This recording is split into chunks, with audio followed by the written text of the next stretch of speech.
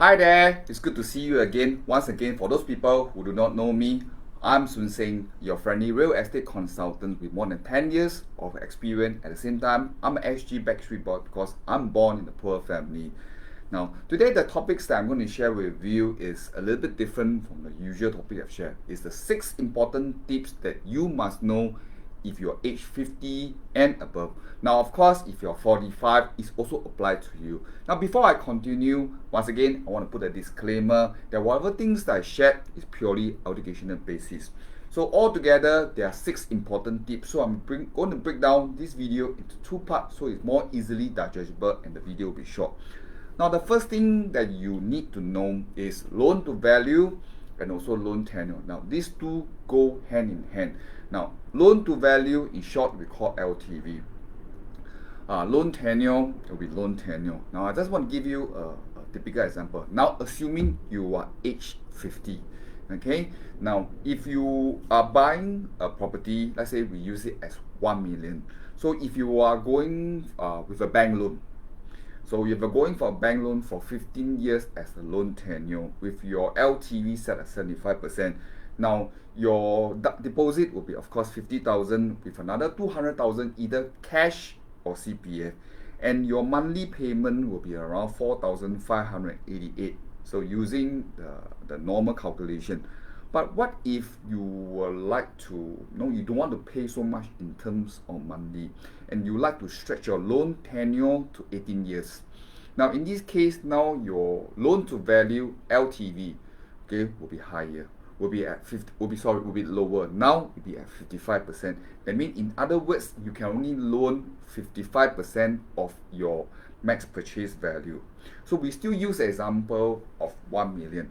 So if you set your loan tenure at 18 years, your LTV at 55, okay, so now your monthly repayment will be 2,857, but okay, you got to pay more in terms of deposit with your cash at 50,000, and now you got to pay another 40% in cash or CPF, so that will be 400,000. So before we move on to the next point, okay, to recap, so if you are age 45 and 50, we use 1 million example. First example, okay, loan tenure 15 years, loan to value 75%. So your deposit will be 50,000, 5%. 20% can be cash or CPF, so that will be 200,000. That form the 25% down payment. With the 75% loan at 750,000, and your monthly repayment will be 4,588. So in case you do not want to pay so much on a monthly basis, you can always go for 18 years loan tenure, but now your LTV will be lower at 55%. So now your cash deposit is still at 50,000. Now your next deposit will be the 40%. That will be higher. So it can be a combination of cash and CPF. That will be 400,000. Then your monthly repayment now will be 2,857. So you have to juggle whether do you want to pay more on every month with coming out less, or you prefer to pay less every month but you got to come out a little bit more.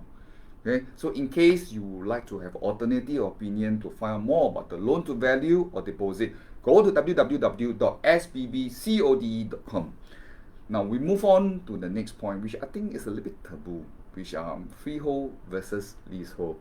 Now, most of the people that I spoke to, my client, of course, at the back of everybody's mind, they'll prefer a freehold. I also prefer a freehold. You know why? So I only need to move once. But sometimes there got to be a balance. Now, it's like, if you ask yourself, if today you're already 50 years old, does it still make sense to go for freehold development? No. Why? Because now our average life expectancy in Singapore is probably about 85 to 90 plus. My dad passed away around 91. So let's say we use 90. Assuming that you are 50 years old, now towards your life expectancy, we put in another 40 years. Now you ask yourself, does it really make sense to buy a freehold? And especially freehold is 20% or to 30% more expensive to leasehold. Seriously, in my opinion, I think, I would think it's better if you consider an older leasehold property, maybe left about 60 years old or 50 years old. Then because price wise it definitely be cheaper. You compare a 50 years old leasehold with a freehold, probably you'll be about 250,000 cheaper.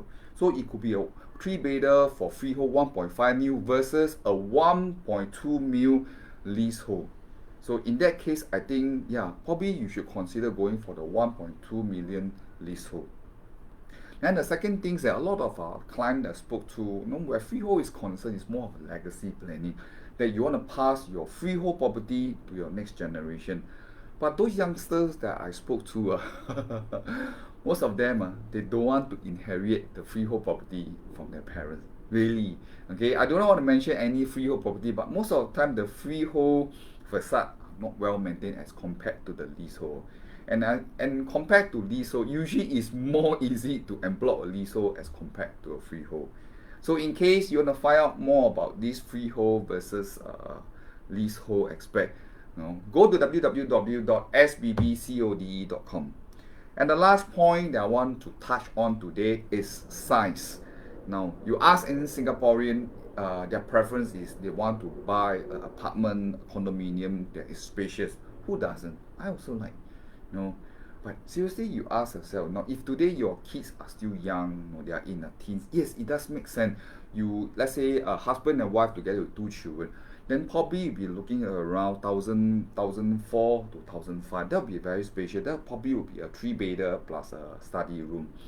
But today, if you are in your 50s and your kids are already in your 20 plus, and you know that 6 years to about 7 years from now, probably they'll be getting married and they'll be moving out. Does it still make sense for you to purchase an apartment that is 1,004? Now, ultimately, when they move out, you know what's going to kill you? The cleaning will kill you. And the next things that probably you'll be afraid of is echo in the house. So if you are in a 50 plus, probably you want to weigh. Does it still make sense to buy a bigger size apartment, or you prefer to go for a more compact environment, like probably 1,000 to 1,002? Because end of the day, once they move out, maybe that size is still comfortable and the cleaning won't be so difficult.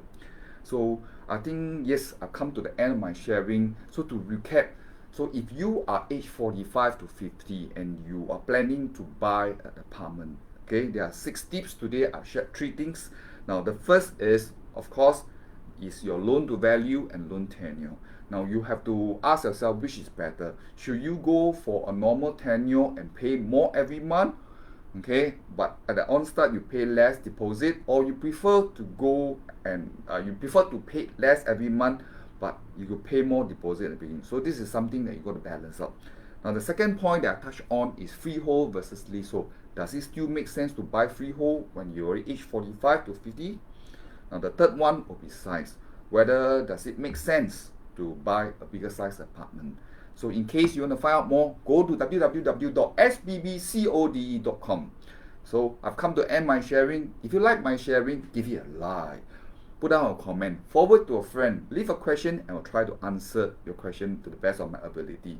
Lastly, stay safe, have a good day, and speak to you tomorrow.